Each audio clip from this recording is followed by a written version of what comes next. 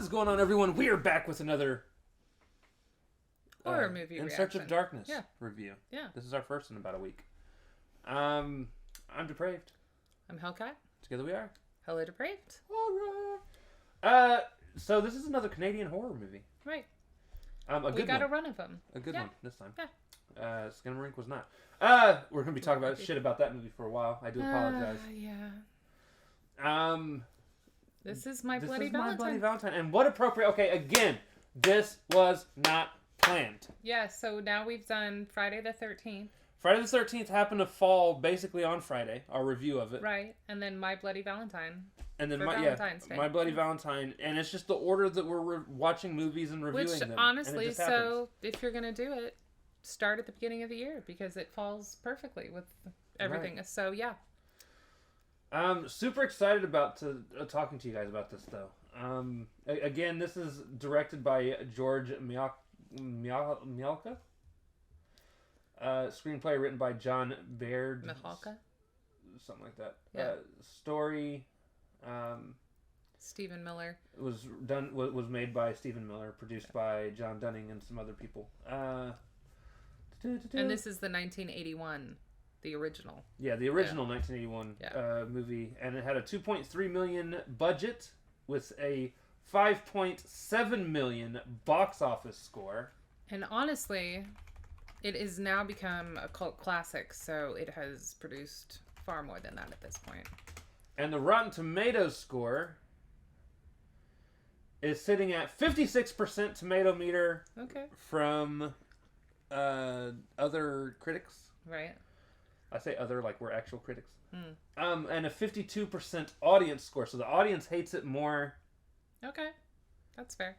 Horror movie scores are always terrible. And except for Skinamarink, which was at like almost 80%. That's disgusting. I'm sorry. Never mind. I just don't even know what's wrong with you people at this point.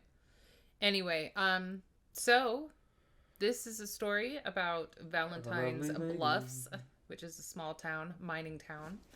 And there was an accident where miners are stuck in the tunnel, and when they go and actually dig them out, which this all happens on Valentine's Day, there is one survivor who has killed the rest of them and cannibalized them. Right. And he gets committed. 20 years later, he basically escapes. He has said no more Valentine's Day dances, don't celebrate, blah blah blah, because that's how he got locked in the mines in the first place. And he goes around and starts killing the new generation that decided to have a Valentine's Day party in the mines, which is not like the brightest thing to do anyway. Right. Yeah. And then it ends basically with more people being killed. Well, yeah, he goes around and, like 25 years later. 20 years later, something like that. Yeah. More people end up being killed. It seems like old dude is back. What the fuck is his name? Warden. Harry Warden. Yeah, I think Harry Warden. Yeah. And then in this one, it turns out that Harry Warden actually is deceased, and that there is somebody posing as him who Harry Warden had murdered his dad on that Valentine's Day 20 years prior in front of him. He was a kid at that point. And he's also kind of going on this, it seems to be this killing spree, taking out... it's Axel, by the way. Yeah. For those of you that don't know. In this one.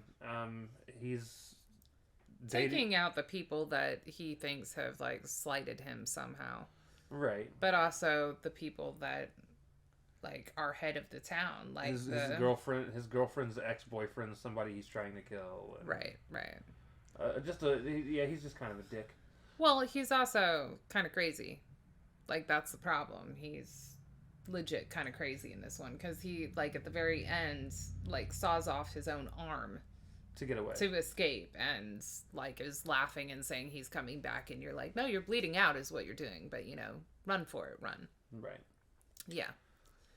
So but yeah, Actually, for a plot that sounds a little hokey, is a really good movie for a 1981 horror flick. Right. You know, I mean, this is classic horror. Right. And then we've also, so moving on, we're going to go into the cast at this point. The cast: Paul Kellman as Tom Hanniger,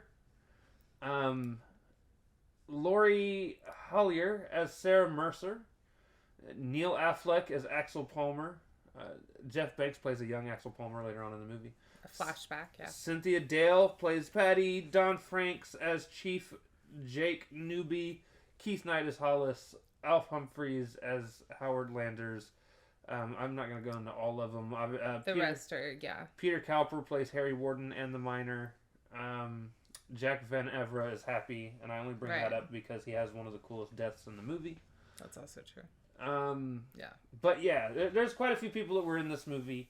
As far as the acting goes, I will say, for the most part, it's pretty good. Right. There are some overacting moments that is very common in the 80s. That's what I was going to say. It's nothing that's outside of... I feel like the 80s had this weird combination, and this is just usually in general, of a newer style of acting people were starting to do where they were stepping away from stage acting. Right. But there was still some stage acting, and there were some stage acting tropes that just weren't going away yet. Right. Like the over-dramatic screaming and... For a lot of the kills, you're like, yeah, no, dude, you could have gotten away in that time. But again, that is part of the filming, the stage acting, that they're starting to get away from with the, you know, use of more realistic shots and so on and so forth. So, right. Like, again, it's nothing... It's not back on the actors. It's just a style of the times. Honestly, great casting. Like they did exceedingly well in terms of picking people for the right parts, the right tropes, so on and so forth. You know, very well done. And then lastly, the special effects, pretty solid. Yeah. Even the hand cutting off at the end was nicely done. Not too gory, not too spurty, you know? Oh, well, it was definitely gory. It just wasn't blood spurty. I said not too. Like, it wasn't that raw meat sort of... It depends which version you watch. That also... I do want to state that. And here's why I say that. HBO Max legit has two different versions, and we're not talking the original and the remake. The remake, right. We're talking there's two different versions of the original movie. When you click into the movie... You have the theatrical version. And then if you go down, there's a thing that actually pops up that says uncensored, or not uncensored, the extended version, right. Which adds 2 minutes. Right. And the 2 minutes that they add is the gore. Right. Which still... You see eyeballs hanging out of faces, things going through... really nice kills with, like, gory. The pickaxe and stuff. So, like, I mean, I think... You should watch it. I guess I'm comparing it to, like, torture porn type stuff. No, That's not what this is. Like, again, it's a classic slasher. I don't find it super, like... Anyway.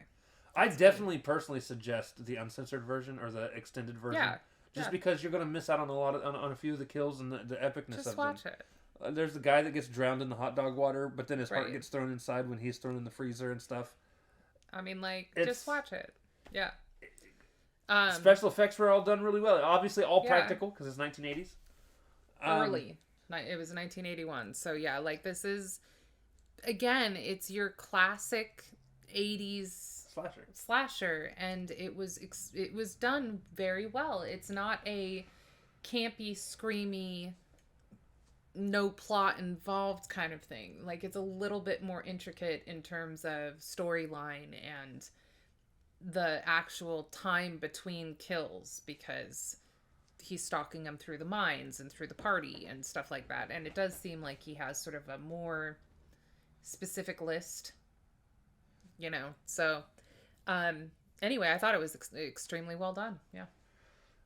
So as we go into the judgment portion of our review, there are some things that I do want to talk about in terms of things that I both like and dislike. I'm not going to go into So we actually watched this and then the remake right after because I wanted her to see some things from the remake. My intention was not to watch the entire movie, but we did. And while I would openly admit that I liked the remake more now than I did when I seen it in theaters. Right, and had not seen this original. And had not seen the original at that point. Right. A lot of things that happen in the remake make sense. And now, looking at the two, and I'm not... One day we'll probably do a comparison video with the two and talk about the differences and changes and things like that. But that's not this video. But that's not this video. But I will say, between the two, I feel like both got things right and got things wrong. And I think that that's common with remakes, yeah. And with the original, my biggest issue, one of my big issues, I will openly say is there are moments where there's just no plausible way Axel could have gotten from one point to the other. Right. None. They don't give him time. Yeah, there's no way he could have changed. Like he's absolutely drunk and sitting by himself just outside of the door. Right. But then all of a sudden killing somebody in the showers. Or he has already, or there's... Or now he's down in the mines, deep in the mines. Like when did he have the time to do the hot dog dude? Right. Do they know like how long it actually takes to get through a rib cage? And not to mention the time it takes to kill people on top of the time it definitely takes to get in and out of that goddamn costume. Well, and... It's a full-blown miner's outfit. Yeah, no, I know, but also, like, there had to have been a different way down into the mines. Because the elevator's already down there. The cars are already down there. Like, there are a few implausible aspects. I also didn't necessarily like his story in terms of how Axel came to be the killer, the copycat killer. Right. They explained the moment of his trauma, but not how it came to affect him so badly. Or if it wasn't that it affected him at all, but that he just was using it as an excuse to take out his coworkers. I mean, like, they just don't... It's not well enough conceptualized, I guess. Right. But, again, still fun. So... I... In ranking or rating this movie, the score that I will give this movie, I'm going to give this 3.5 candy heart containers. Okay. Out of 5. Yeah, I was also thinking a boxes. 3. Candy heart boxes. You guys know Right. what I'm talking about. The things that you buy for people that have chocolates inside of it. Yeah. I was thinking a 3.5 pickaxes. 3.5 pickaxes. Yeah. Huh? Yeah. That's actually a good thing. Good thing. And before we end this, I do want to say this. Generally speaking, I typically absolutely hate holiday-based horror movies. I always have. Yeah. Me too. Especially Christmas, but this wasn't Christmas. Thankfully. Or Thanksgiving. Well, Thanksgiving's the only one I think we've seen. I know, and it was awful. And it was terrible. But this was actually not a bad one. Neither this or its remake were a bad one. And they weren't so, I think part of it is they were not so focused on making all of the kills and all of the tropes related to the holiday. I'm a little bummed, and this is one of the things, again, I think the remake got right. I don't like the name of the town being Valentine's Bluff. Mm-hmm. I prefer Harmony. I do too. From the remake. I do too. But, it is what it is. Yeah. But no, it's a decent movie. It's a pretty decent movie, yeah. For it being a holiday-based movie. And last but not least, for all of you out there that are getting ready to celebrate Valentine's Day with your loved ones, please remember, you should be treating your loved ones every day like you do for Valentine. Maybe don't buy him flowers and chocolates every single day. Right. But because that gets that's expensive. a bit overload. Yeah. That's expensive. That's diabetes right there. Right. Mm-hmm. But for the most part, just in the way you treat your loved ones, that's how you should treat them all the time. Yes. Agreed. We don't really celebrate Valentine's Day, which is funny because it's around Valentine's Day that we actually got together. Right. Our anniversary is more important anyway. The 8th of February. And again, it's just another day to us, so, I mean, it's a marker. Yeah. Yeah. But yeah. Go out, love your loved ones. Be safe. Tell them you love them, You should tell your loved ones Year you round. love them all the time anyways, because you never know when it's your time to go. Right. So. Exactly.